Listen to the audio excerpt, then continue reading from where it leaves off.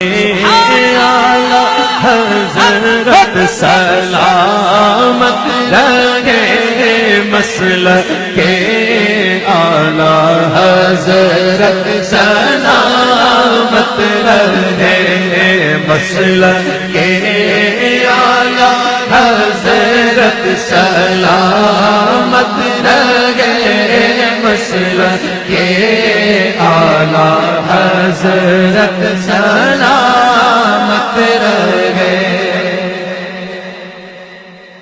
اے بریلی میرا باغ جنت ہے تو، اے بریلی میرا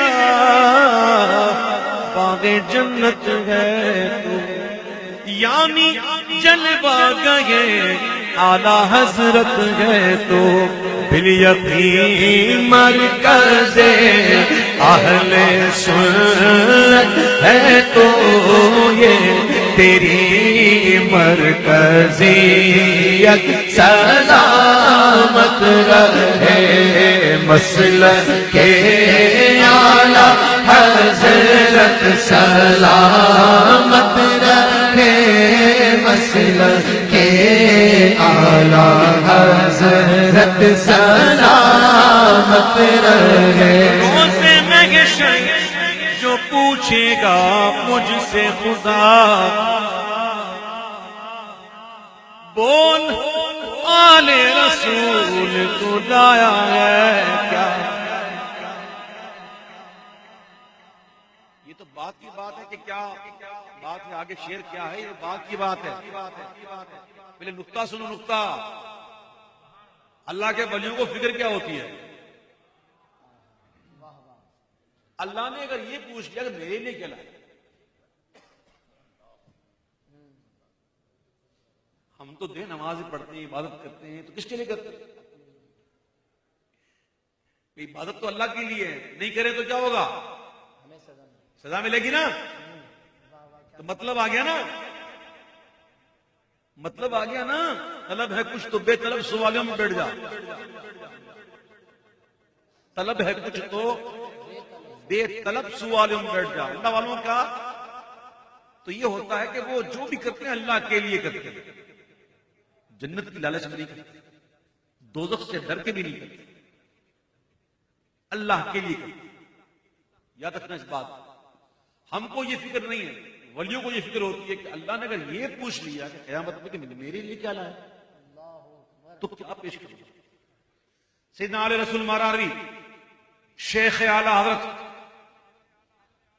میرے اعلی حضرت کے مرشد، یوں تو جہاں میں پیر بہت ہیں، اے برکاتی دیوانوں، میرے رضا کا مرشد ہونا سب کے بس کی بات نہیں۔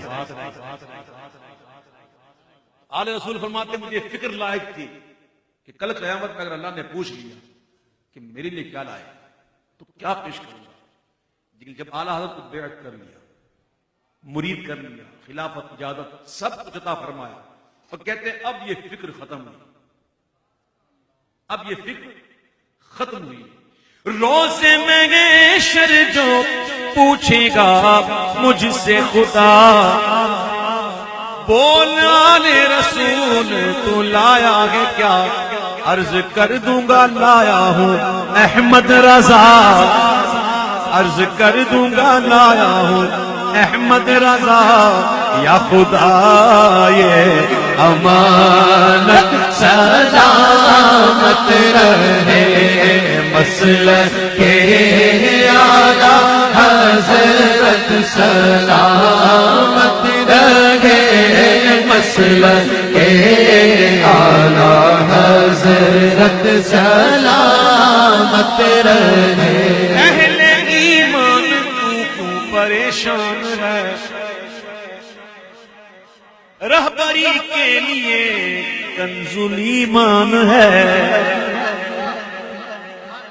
اہل ایمان تو پریشان ہے، رہبری کے لیے کنز ایمان ہے، ارے ہر قدم پر تیرا یہ نگہبان ہے، چشمہ علم و حکمت سلامت رہے، مسلک اعلیٰ حضرت سلامت رہے، مسلک اعلیٰ حضرت سلامت رہے۔